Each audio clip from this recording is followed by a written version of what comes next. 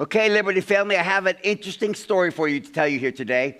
On the subject of spiritual inheritance in this series, one of the subjects that I wanted to present to you, one of the subjects that I've yearned to present really for years, 5+ years I've been wrestling with, is the subject of digital detox, breaking addictions to the screen. But you can't just break addictions. You need something better in life. So how do we make our face-to-face friendships the richest, sweetest, most attractive times of our life? So I was going to make this a one-time sermon, and I wound up with like 18 pages of notes.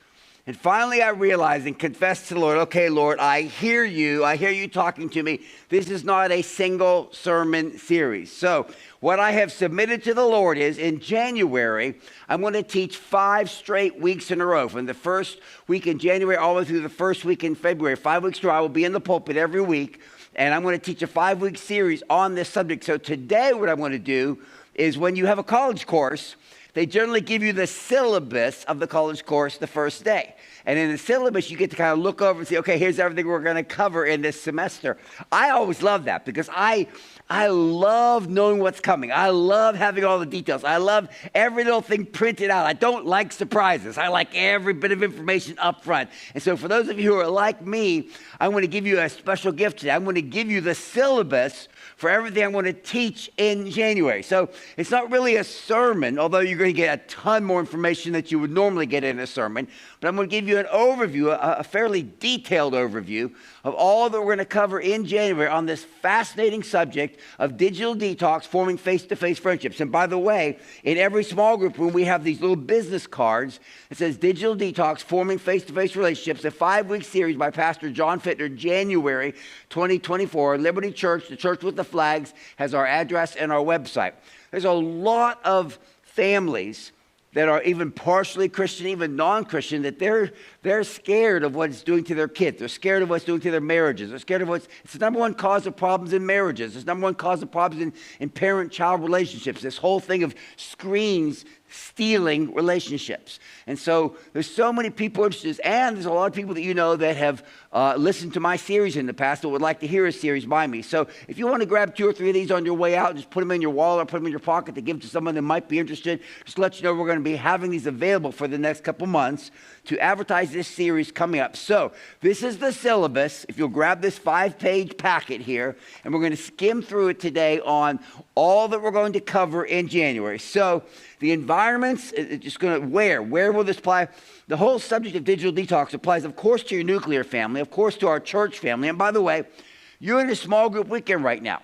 A small group weekend, you're about to see in a minute, we're not going to go there yet, but you're about to see that the end goal of this series is 3 beautiful words: to shape sacred spaces. Say that for me. So what we have done in small group weekend is we have shaped a sacred space of small group weekend, where we have this hour where okay, you've heard your sermon, and now we have this sacred space where we're talking to each other, where there's interaction, and it's a safe space because we have specific questions and very safe environment and very uplifting environment. So in your church family, in your work family, this is great leadership. You want to build a great work environment, everything here applies to work, in your friendships, and in your extended family. With Thanksgiving come up and Christmas, hello, you want to learn how to have safe environments like this. Okay, so the end goal of the series, as we go through this whole thing, it's always going to come down to 1 or 2 a year. Listen to me, overzealous people. I'm going to give you like 10 suggestions. That doesn't mean you do all 10 this year. Listen, one of you is married to a calm one, married to a zealous one. Calm one, turn to the zealous one and say 1 or 2 a year, not all 10. If you want to make permanent changes, I have a whole section on this. You do 1 or 2 a year, but you make them so sweet and so rewarding that you'll do them the rest of your life. So the end goal of this series is 1 or 2 a year, you find a sacred space. Now to do this, first of all, you have to understand temptations. The answer to this question is no, a loud, vehement no. You ready? Here's the question. Does the Bible ever say to resist temptation? Yes or no? No. No, it never says to resist temptation. In fact, it says you can't resist temptation. You have no power. It says the flesh is willing, the spirit is willing, but the flesh is weak. It says, listen, if you love chocolate ice cream and I stick chocolate ice cream on your desk every day, what's going to happen? You're going to eat chocolate ice cream. The Bible does not say to resist temptation. It says to flee temptation and lead me not into temptation, meaning let me organize my life to avoid temptation. So understand you can't have the phone at the dinner table. It's not that you're not trying hard enough to resist it. You can't. I cannot resist temptation. I dare you to say it. Come on. I cannot resist temptation. So to shape sacred spaces, you have to understand you can't have the TV on. You can't have the TV right there. You can't have the phone there. A sacred space is where you have removed those things. You can't have the TV or the phone in the bedroom if it's going to be a sacred space. Those are, you have to decide. Now, sometimes you can have a TV in the room and not the phone in the bedroom. So you have to decide how, there's all kind of ways for each individual to shape their sacred space according to what is a temptation for you. Number 2, understanding addictions. The longer you go, the stronger they become. To break an addiction, you need 3 things. A strong support team, which means your whole group, whether it's your work team, whether it's your extended family, whether it's your nuclear family, whether it's your church family. You need a clear, consistent structure, and you need a whole new vision of yourself. Listen to me. Probably your whole family are addicts. Until you realize I'm an addict and everybody in my family's an addict, then this group of addicts, we need to break this addiction together. And so the solution is shaping sacred spaces. Here's 5 of about 10 that I'm going to give you, but really, if you break down into compartmentalize, you could have 30 or 40 combinations. You got to find the 1 or 2 that fits you. So the dinner table, the cars for conversations. We don't get on the phone other than like GPS on something like that. The family room, the bedroom, and game night. Those are sort of starter examples. You might pick 1 or 2 of those, and you would do them. Now, we'll come into how you apply them in just a minute. Why? The intimacy of family. There's multiple books I'm going to give, and there's this one book that I have an excerpt here. We're not going to read it now. But it talks about that family, whether church family or natural family or extended family, even work family, is a place where 3 things happen. Number 1, your foolishness is exposed. Nobody knows what a fool you are like your family. But also forgiveness is released. And faith, hear this, faith is wisdom and redemption. So in the most beautiful, let's start with the nuclear family. Look, your flaws are exposed to everyone, but also forgiveness is released. And as you grow in your family, you grow in wisdom how to minimize your weaknesses, how to have redemption and forgiveness, but also how to walk in wisdom and redemption to strengthen each other as a team and a family. So family is all about 1 Corinthians 12 and Romans 12 and building each other up and covering your weaknesses and magnifying your strengths. So in all this, there's an intimacy of family. And so to have intimacy, which is face-to-face, you got to put down the screens. The whole goal of screens is to destroy intimacy. I'm going to say that again. I want you to say it with it. I'll say it first. The whole goal of screens is to destroy intimacy. Will you say it? So what happens is intimacy is face-to-face. And I'm going to give you all kind of stats about face-to-face, but there's micro expressions that we know from birth. That a child from birth knows micro expressions. And they live off micro expressions. Actually, a child's brain is developed by micro expressions. Did you know that? And you can smile at a child and they will see things, but you can show that same smile on a screen and a child won't react. So we're created to react face to face. And in those micro expressions, we hunger for an intimacy. And in this intimacy, there's 2 hard questions we're going to wrestle through. The first question is, do I want to be with you? Which means, do I want to be like you? So every boss, every coach, every friend, every uncle, every parent, every grandparent needs to ask themselves the question, does this person want to be like me? See, don't just ask, do they want to be with me? Do they want to be like me? Now, nobody wants to be like you in everything, but Do you have enough traits that they respect and admire, that they go, you have some things in your life that I really would esteem and would love to have in my life? Because if you don't, then they don't want intimacy with you. Are you with me? So you're never going to have face-to-face until there's... Now, the second question is, they're asking the question, do you want to be with me? So, coach, uncle, grandparent, boss, parent, do you want... Now, listen to me carefully. The problem with all those in those businesses, you don't have time.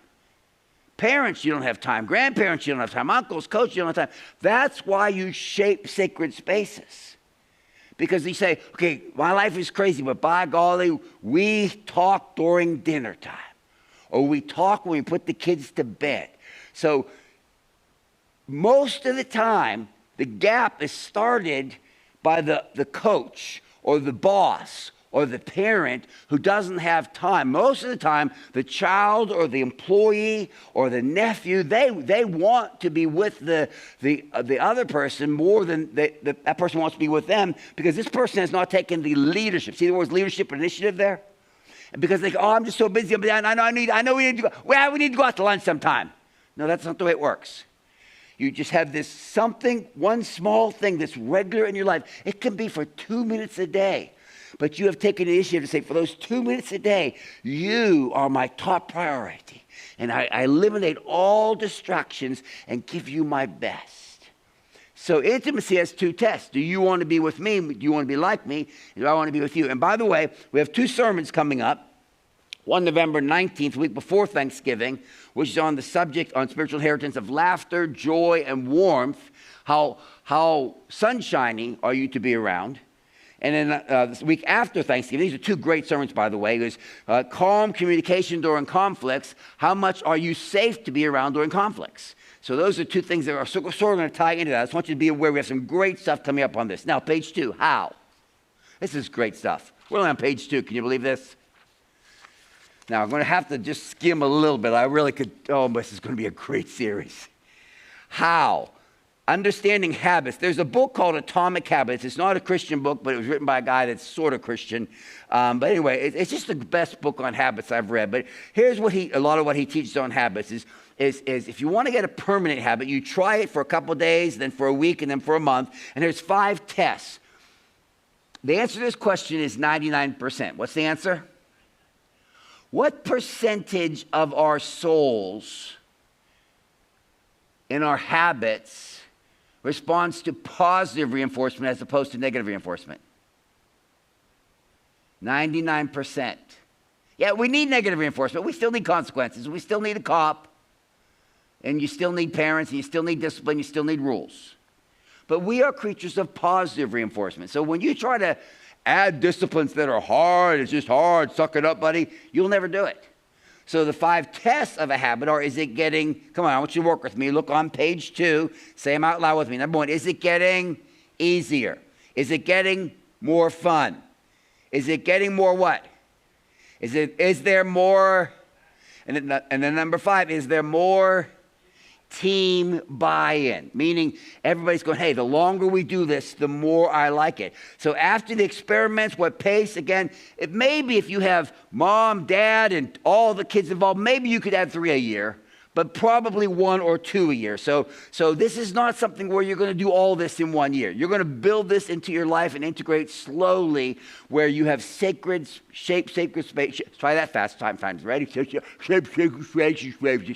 spaces. So a few questions. This is a really good one for dialogue, and you're going to have plenty of dialogue after the sermon. When is technology helpful or poisonous? There's 4 basic questions. Number 1, when technology helps you to bond face-to-face. Sometimes that does help. But however, when technology causes you to bond more with people on the screen and you're more about rock stars than you do about the people who you live with, that's when it's poisonous. Technology is helpful when it causes us to be more listening and more kind. It's poisonous when we're harsher and more opinionated. The third one is a really big one.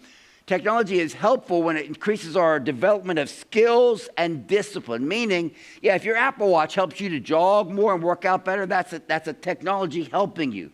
However, technology is poisonous, and here's a line that everybody can identify.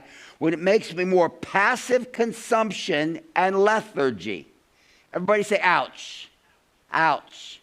Listen, you're not more rested after binging for 5 hours. You would have been more rested after 15 minutes of a small conversation than you would have been after 5 hours of binging. Let's say ouch again. It's not, it doesn't increase, it just makes you lethargic. And then lastly, technology is helpful when it's a limited tool under very specific purposes, and it's poisonous when it infects every area of life and controls us. Now, question 2 is about statistics. I'm not going to go through them, but we're going to take some time and really look at the question of statistics and how much is technology hindering relationships. So there's a whole bunch of statistics on that, and they're really interesting statistics. I do want to drop down to the number 3 there. Look at this one. Only 12% of adults today set aside a time when they do not use electronic devices. That means almost 90% of America has something going all the time. 90% of America never has even 5 minutes when they have a sacred time when they say there will be no TV and phones right here. That's just horrifying. Last stat on page 4 is really interesting, and that is this. The younger the parents are, the stricter they are on their children about screen time. That's really interesting. We'll break that down a little more, but you can actually read it yourself. Question number 3 is, how is technology increasing pornography? That is exponential to the heavenlies. That's perversion and filth. That the sewer has overwhelmed the city streets, people. It has overwhelmed the skyscrapers. Picture that for just a minute, if you would. Sewer overwhelming skyscrapers. Just think about it. Let it grow, let it grow, let it grow. Sewer overwhelming skyscrapers. Thanks, PJ. Thanks for parking it there and dwelling on that visual. Sewer overwhelming skyscrapers. That's the world we live in. Number 4, you're going to love.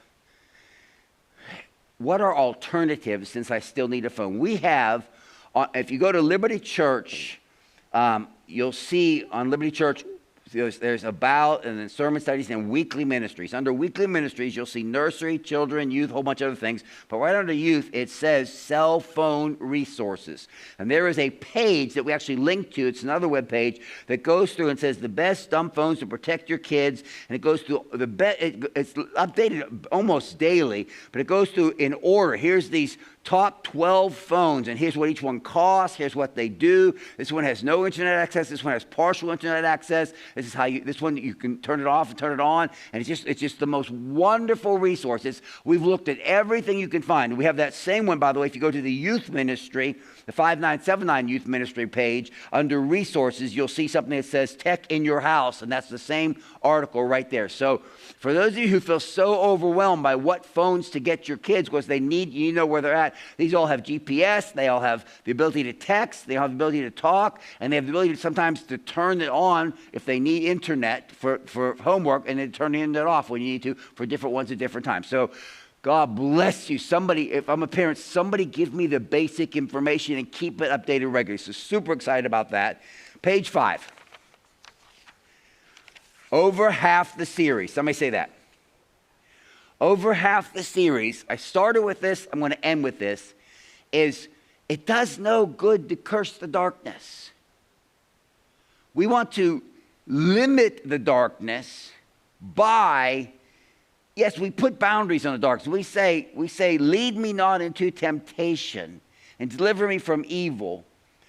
But that's this very small part of the Lord's Prayer. It's thy kingdom come, thy will be done on earth as it is in heaven. Give us this day our daily bread. There's let me enter into the riches and the goodness of God. In other words, yes, we're going to avoid and put boundaries on darkness. But mostly we want to release the light. Listen to me carefully.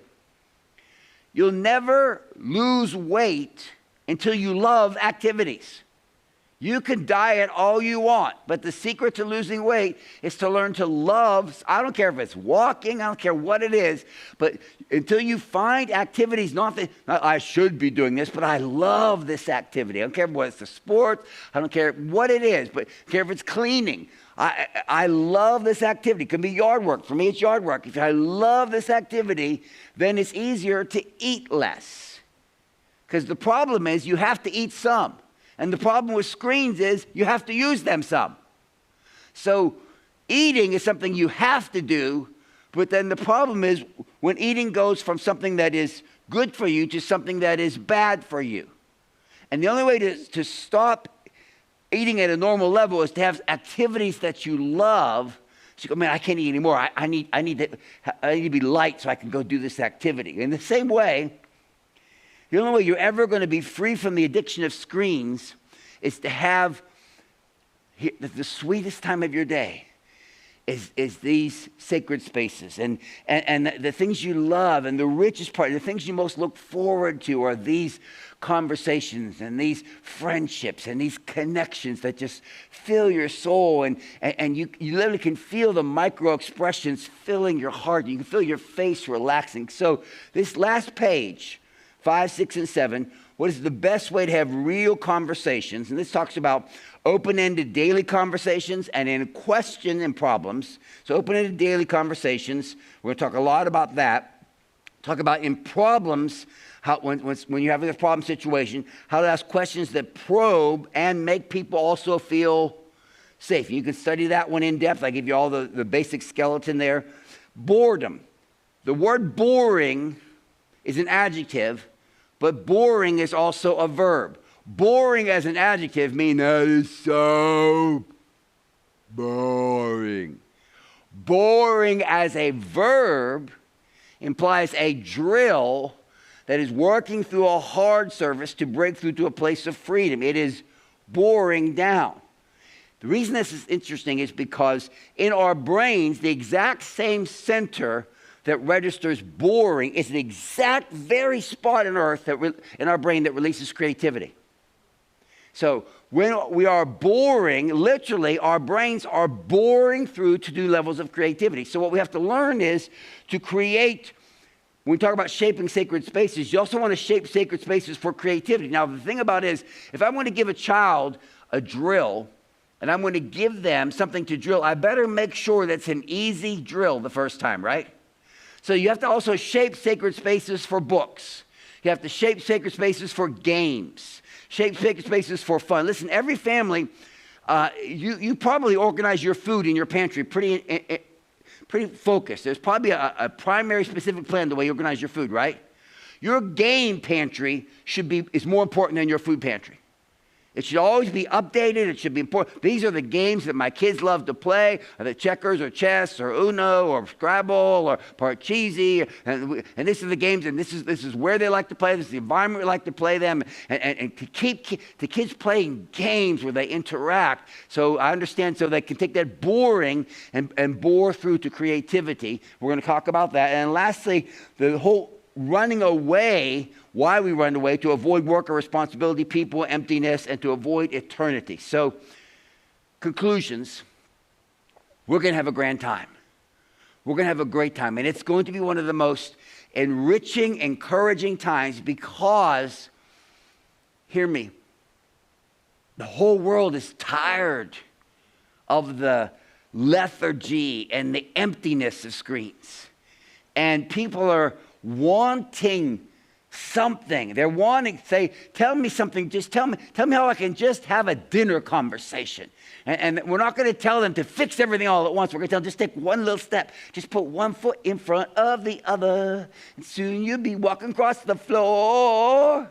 Just one foot in front of the other. Just one little step. Now, one more thing before we close.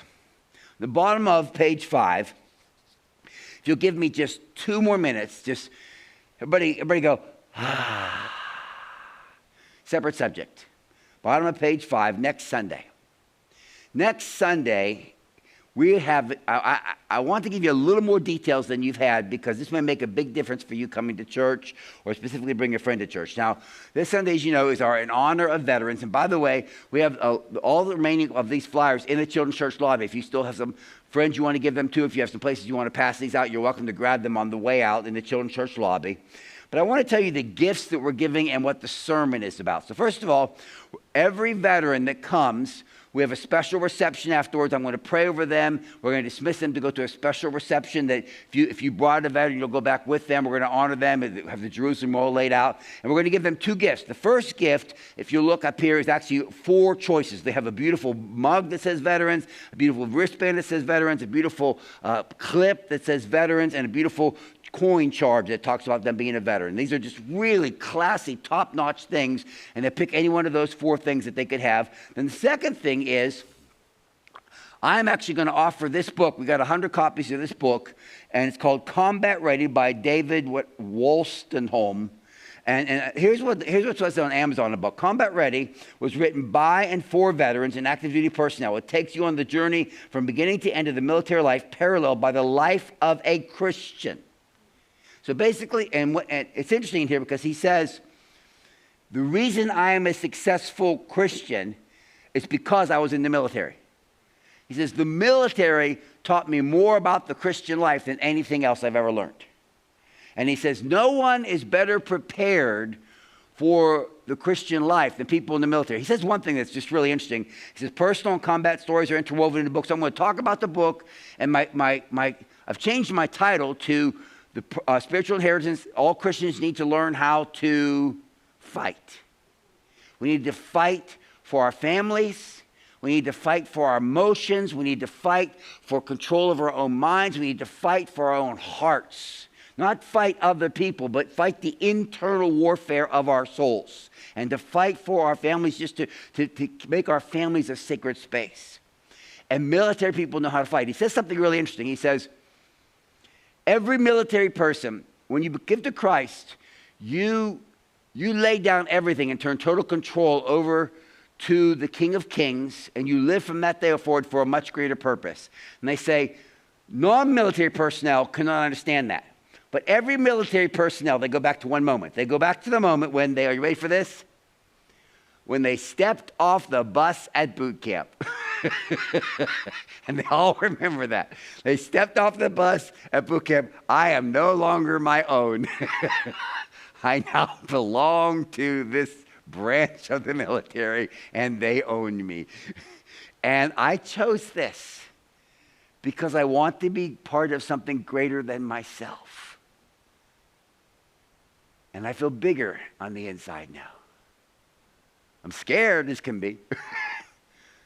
And so he says, every military person. So I'm going to teach on that next week. So I'm telling you this because between the reception and giving the book and teaching on the book and talking about how military veterans and people in the military are more qualified, and the statistics are that veterans and people in the military are twice as likely to be people of faith as people that are not in the military. Did you know that?